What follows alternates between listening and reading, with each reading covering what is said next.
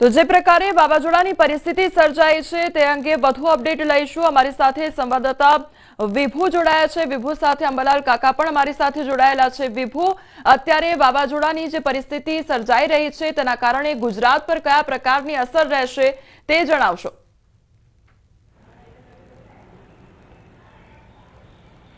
અત્યારે અરબી સમુદ્રમાં વાવાઝોડું સક્રિય છે અને અરબી સમુદ્ર યા તો બંગાળની ખાડીમાં જ્યારે પણ સિસ્ટમ બને છે તેની સીધી અસર ગુજરાતના વાતાવરણ ઉપર થાય છે। જો કે આ વાવાઝોડું સક્રિય છે તેની અસર ગુજરાત ઉપર શું થશે તે આપણે જાણીશું હવામાન નિષ્ણાંત અંબાલાલ પટેલ પાસેથી। કાકા, અત્યારે વાવાઝોડું જે સક્રિય છે તેની અસર ગુજરાત ઉપર કેટલી? આ વાવાઝોડું સક્રિય છે તેની અસર જોવા જઈએ તો લગભગ આ વાવાઝોડું છે જ રિકવર થશે, પણ છતાં ગુજરાતના કાંઠા વિસ્તારમાં એટલો બધો ખતરો મોટો નહીં હોય એવું મારું માનવું છે। કારણ કે આ સિસ્ટમ લગભગ પહેલાં ઉત્તર દક્ષિણમાં એની અસર કરશે, ત્યારબાદ ધીરે ધીરે એ ઉત્તર પશ્ચિમના ઉત્તર ભાગના સૌરાષ્ટ્રમાં અસર કરી અને ધીરે ધીરે રાજસ્થાન તરફ જતી રહેવાની શક્યતા રહેશે। એટલે આ વાવાઝોડાના કારણે કદાચ સિવિયર સાયક્લોન પણ બની શકે, જેના કારણે તટીય ભાગો પર ભારે પવન ફૂંકાવાની શક્યતા રહે। તો આ વાવાઝોડું છે અત્યારે જે દ્વારકાથી ઉત્તર પૂર્વ અરબી સમુદ્ર તરફ જઈ રહ્યું છે, પરંતુ એનો જે ટ્રેક બતાવવામાં આવ્યો છે તે યુ ટર્ન લઈ રહ્યો છે। તો શું યુ ટર્ન લે અને ફરી ગુજરાત તરફ આવે તો ગુજરાતમાં વરસાદ થશે?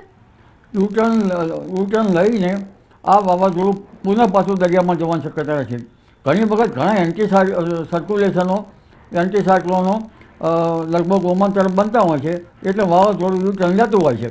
પરંતુ આ સિસ્ટમની અસર લગભગ જામનગરના ભાગો અને કચ્છના ભાગો અને ધીરે ધીરે રાજસ્થાનના જોધપુર, ઉદયપુર વગેરે ભાગોમાં થવાની શક્યતા રહેશે। તટ ભાગોમાં ભારે વરસાદ થવાની શક્યતા રહેશે અને આ વાવાઝોડાના કારણે દરિયા કિનારે ભારે પવન ફૂંકાવાની શક્યતા રહેશે। દરિયાની નજીકના ભાગોમાં ક્યારેક 65 થી 70 કિલોમીટર ઝડપના પવનો વાવાઝોડા દરમિયાન ફૂંકાઈ શકે છે, પરંતુ તેની અસર ખાસ કરીને જોધપુર, રાજસ્થાનના ભાગોમાં ભારેથી અતિભારે વરસાદ થવાની શક્યતા રહેશે।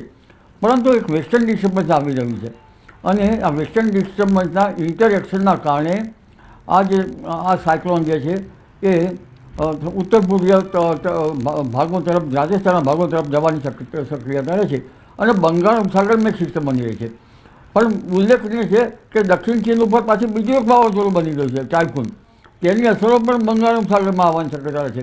એટલે બંગાળ ઉપસાગર એક પછી એક સક્રિય થશે, પૂર્વ ભારતમાં વરસાદ થવાની શક્યતા રહે છે અને આ સાયક્લોનની અસર ખાસ કરીને દરિયા કિનારા ભાગોમાં, જામનગરના ભાગોમાં, ઉત્તર પશ્ચિમના સૌરાષ્ટ્રના ભાગોમાં, ઉત્તર પૂર્વના ભાગોમાં, રાજસ્થાનના ભાગોમાં થઈને ઉત્તર ભારત તરફ જતા ઉત્તર ભારતના ભાગોમાં ભારેથી અતિભારે વરસાદ થવાની શક્યતા રહે છે, જ્યાં લગભગ હિમવર્ષા થવાની શક્યતા રહે છે અને તેના કારણે ઠંડક પાછી ફરી પુનઃ આવવાની શક્યતા રહેશે। પણ કાકા, જે અત્યારે વાવાઝોડું સક્રિય છે તેની અસર ગુજરાતના જે દરિયાકાંઠાના વિસ્તારો છે ત્યાં કેટલા દિવસ સુધી જોવા મળશે?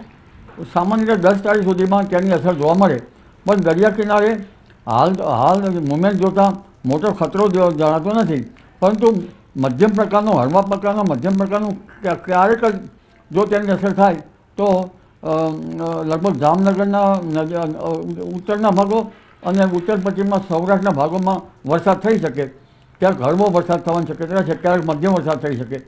પરંતુ જે બીજી એક સિસ્ટમ બની છે બંગાળ ઉપસાગરમાં, એ બંગાળના ઉપસાગરની સિસ્ટમના કારણે તારીખ 5 થી 8માં લગભગ ગુજરાતના ભાગોમાં વરસાદ થવાની શક્યતા છે। રાજસ્થાનના સંલગ્નના જે ગુજરાતના ભાગોમાં છે ત્યાં વરસાદ થવાની શક્યતા રહે છે। ઉત્તર ગુજરાત તરફ વરસાદ રહેશે, ઉત્તર ગુજરાત તરફ અને ક્યારેક દક્ષિણ ગુજરાત તરફ હળવો ભારે વરસાદ થઈ શકે। દક્ષિણ ગુજરાત તરફ તો જેના અવશેષોના કારણે, પણ આ વરસાદ છે એ જુદા જુદા સ્પોટમાં થવાની શક્યતા રહે છે। એટલે ઉત્તર ગુજરાતના ભાગો, પૂર્વ ગુજરાતના ભાગો, પંચમહાલના ભાગોમાં ક્યાંક ક્યાંક વરસાદ થવાની શક્યતા રહે છે, ગાજવીજ સાથે વરસાદ થવાની શક્યતા રહે છે। પરંતુ વરસાદ થવાનું મુખ્ય કારણ તો વેસ્ટર્ન ડિસ્ટર્બન્સ છે। વેસ્ટર્ન ડિસ્ટર્બન્સ એક અરબ સાગરની સિસ્ટમ અને બીજી બંગાળ ઉપસાગરની સિસ્ટમ, આ બધી સિસ્ટમોના કારણે અને અપર વિન્ડની જરા સાનુકૂળતા, આ બધી બાબતના કારણે ગુજરાતમાં વરસાદ થવાની શક્યતા રહેશે।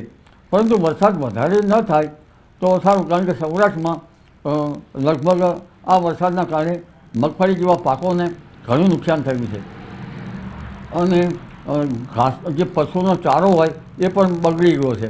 એટલે આ વાવાઝોડાની અસર લગભગ ઉત્તરવર્તી રહેવાની શક્યતા છે, પરંતુ વાવાઝોડા અંગે કંઈ એનું નક્કી નથી હતું. ક્યાં ચીકડો મારે એ કંઈ કહી શકાય નહીં, પરંતુ આ વાવાઝોડાની અસર હાલ તો ગુજરાતના તટીય ભાગોમાં ભારે નુકસાન કરે તેવી જણાતી નથી. પરંતુ દક્ષિણ ચીન તરફ બીજી એક સિસ્ટમ બની રહી છે. તે સિસ્ટમના કારણે બંગાળ ઉપસાગરમાં બીજા એના અવશેષો આવશે, પૂર્વ ભારતમાં વરસાદ થશે અને ત્યાંની કેટલીક અસરના કારણે ગુજરાતમાં લગભગ તારીખ 18 ઓક્ટોબરથી 27 ઓક્ટોબર વચ્ચે પણ માવઠું થવાની શક્યતા રહેશે. એટલે એક પછી એક સિસ્ટમો બન્યા કરશે. બંગાળનો ઉપસાગર આ વખતે વધારે સક્રિય રહેશે, જેના કારણે ગુજરાતમાં માવઠા થવાની શક્યતા રહેશે. પરંતુ ઉલ્લેખનીય છે કે નવેમ્બરની શરૂઆતમાં પણ દક્ષિણ ભારતમાં ભારેથી ભારે વરસાદ થવાની શક્યતા રહેશે. સામાન્ય રીતે ચોમાસાની વિદાય વચ્ચે આ ઈશાની ચોમાસું દક્ષિણ ભારતમાં વરસાદ લાવતું હોય છે, પરંતુ આ વખતે વિશિષ્ટ સ્થિતિના કારણે ભારેથી ભારે વરસાદ દક્ષિણ ભારતમાં થવાના કારણે તેની સીધી અસર ગુજરાત તરફ થવાની શક્યતા રહેશે. એટલે અરબ સાગર લગભગ દક્ષિણ સક્રિય થશે. હમણાં પણ પશ્ચિમ ભાગ જે કર્ણાટક સુધીના ભાગો છે ત્યાં સક્રિય થશે અને ત્યાંના ભેજ પણ ગુજરાતમાં આવવાની શક્યતા રહેતા આ અસર જે છે એ ડિસેમ્બરની શરૂઆત સુધીમાં તો હજુ માવઠા આવવાની શક્યતા ગુજરાતમાં રહેવાની શક્યતા રહેશે. જી, તો આ હતા અંબાલાલ પટેલ અને તેઓએ કહ્યું છે કે આ વાવાઝોડું છે તે વારંવાર ટ્રેક ચેન્જ કરતું હોય છે, પરંતુ તેની અસર છે ગુજરાતના જે જામનગર છે તેના ઉપરના ભાગમાં જોવા મળશે. જે વિભુ, સમગ્ર માહિતી બદલ આપનો આભાર. તો વાવાઝોડું ગંભીર બને તે પહેલા ગુજરાતમાં અસર વર્તાઈ રહી છે. સૌરાષ્ટ્ર કચ્છના કાંઠા પર અસર જોવા મળી રહી છે.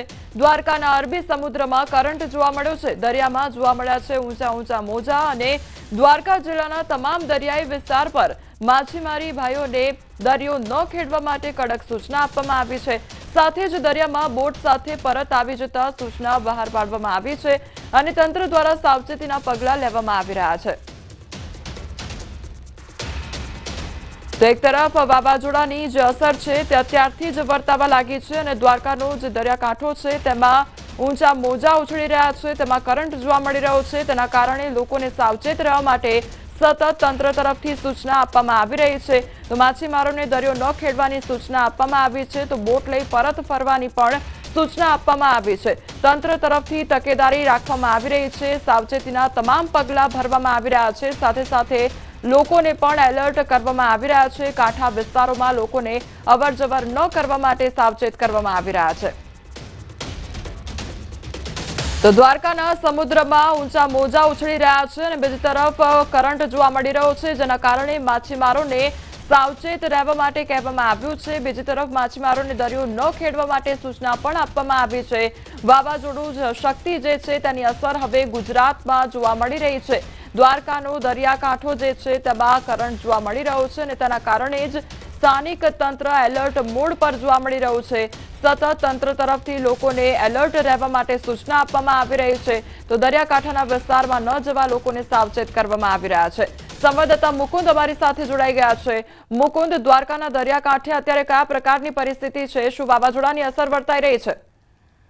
જી, વાત કરીએ તો દેવભૂમિ દ્વારકા જિલ્લામાં હવામાન વિભાગની આગાહીને લઈ અરબી સમુદ્રમાં હાલ કરંટ જોવા મળી રહ્યું છે. સંભવિત વાવાઝોડાની આગાહી કરવામાં આવી હોય ત્યારે દ્વારકાથી 240 કિલોમીટર દૂર અરબી સમુદ્રમાં જે તેજ પવન ફૂંકાઈ રહ્યો છે તેને લઈ તંત્ર દ્વારા જે માછીમારો છે તે માછીમારોને પણ દરિયો ન ખેડવા ખાસ સૂચના આપી દેવામાં આવી છે. ત્યારે વાત કરીએ તો હાલ દ્વારકાના દરિયામાં હળવો કરંટ જોવા મળી રહ્યો છે અને સંભવિત વાવાઝોડાની અસર દ્વારકામાં હાલ વર્તાઈ રહી છે. જી, સમગ્ર માહિતી બદલ આપનો આભાર.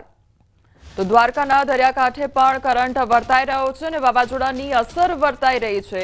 તો વાવાઝોડી ગંભીર બને તે પહેલા ગુજરાતમાં અસર વર્તાઈ રહી છે.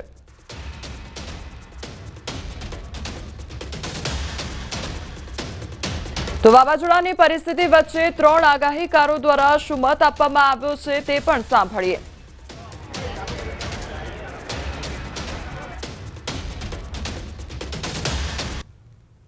डीप डिप्रेशन अभी नॉर्थ ईस्ट अरेबियन सी के ऊपर परसिस्ट कर रहा है। इसका मूवमेंट जो है नॉर्थ वेस्टवर्ड है। इसका जो पोजीशन है अभी लैटिट्यूड है 21.5 डिग्री नॉर्थ और लॉन्गिट्यूड है 67.0 डिग्री ईस्ट, जो कि पोरबंदर से वेस्टवर्ड डायरेक्शन में 20 to 80 किलोमीटर वेस्ट में है। इसका जो मूवमेंट है वेस्ट नॉर्थ वेस्टवर्ड रहेगा। ये अभी अगले 48 घंटे के आसपास में जब ये सिस्टम उत्तर मध्य अरब सागर तक पहुंचेगा तो एक बहुत ही दक्षिण की ओर आने वाली वेस्टर्न डिस्टरबेंस की ट्रफ जो अक्टूबर में हम खास करके देखते नहीं है इतने जल्दी अक्टूबर में, बट ऐसी एक ताकतवर WD की ट्रफ उसे फिर से उसकी दिशा बदलेगी और वो साइक्लोन को फिर से यू टर्न करके सौराष्ट्र की ओर खींचने वाला है। 5 तारीख से चालू हो गए, तो जब ये चालू होगा तो 6-7 तारीख के आसपास तक भले ही सिस्टम साइक्लोन नहीं रहने वाला है, एक डिप्रेशन के रूप में फिर से सौराष्ट्र की ओर 7 तारीख तक पहुंच सकता है। પણ ઉલ્લેખનીય છે કે બંગાળ ઉપસાગરમાં બીજી લગભગ ઓક્ટોબરમાં એક મજબૂત સિસ્ટમ બની રહી છે અને આ સિસ્ટમ લગભગ 4 ઓક્ટોબરથી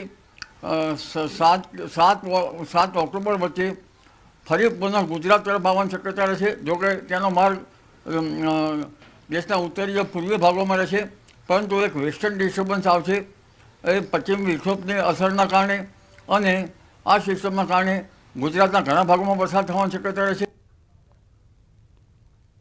તો વાવાઝોડું શક્તિ જે સર્જાયું છે તેની પરિસ્થિતિને ધ્યાનમાં રાખીને આવનારા સમયમાં ગુજરાત પર કયા પ્રકારની અસર વર્તાશે તે આખી પરિસ્થિતિ વિંડીના માધ્યમથી આપણે સમજીએ કે અત્યારની પરિસ્થિતિ જોઈએ તો અત્યારે જે અહીંયા વાવાઝોડું જોવા મળી રહ્યું છે, જે ચક્રવાત અહીંયા સર્જાઈ રહ્યો છે તેને નામ આપવામાં આવ્યું છે વાવાઝોડું શક્તિ અને અત્યારે તે ઓમાન તરફ જઈ રહ્યું હોય તે પ્રકારની પરિસ્થિતિ જોવા મળી રહી છે। એટલે અત્યારની જે પરિસ્થિતિ છે તે ગુજરાતથી દૂર અત્યારે વાવાઝોડું જોવા મળી રહ્યું છે અને ઓમાન તરફ તે વાવાઝોડું આગળ તરફ જતું હોય તે પ્રકારની પરિસ્થિતિ છે। હવે 5 ઓક્ટોબર બાદ ગુજરાત તરફ તે આખી વાવાઝોડાની જે સિસ્ટમ છે તે વળાંક લઈ શકે છે। અત્યારે જે પરિસ્થિતિ ઓમાન તરફ જોવા મળી રહી છે તે ધીરે ધીરે વળાંક લઈને એટલે કે અહીંયાથી યુ ટર્ન લઈને ગુજરાત તરફ જઈ શકે છે અને તેના કારણે ગુજરાતના જે વિસ્તારો છે તે આગામી સમયમાં ગમરોડાશે। અત્યારે અહીંયા આપણે જોઈ રહ્યા છે કે ઓમાન તરફ આપણને આ જે આઈ દેખાઈ રહી છે એટલે કે ચક્રવાત થઈ રહ્યું છે તે ઓમાન તરફ છે અને ધીરે ધીરે તે યુ ટર્ન લઈને ગુજરાત તરફ આગળ વધશે। એટલે કે ગુજરાતના જે સૌરાષ્ટ્ર કચ્છના તેમજ જે દરિયાઈ કાંઠાના જે વિસ્તારો છે ત્યાં આગળ સૌથી વધુ અસર જોવા મળી શકે છે અને ત્યાં આગળ વરસાદી માહોલ જોવા મળી શકે છે। એટલે ધીરે ધીરે આજે આખું ચક્રવાત છે અહીંયા 5 તારીખ પછી એટલે કે 5 થી 6 તારીખ પછી ગુજરાત તરફ જે આખું વાવાઝોડું છે તે ફંટાશે અને તેની પૂરેપૂરી અસર ગુજરાત તરફ જોવા મળી શકે છે। ક્યાંક મધ્યમ તો ક્યાંક ધીમી ધારે વરસાદ ખાબકશે।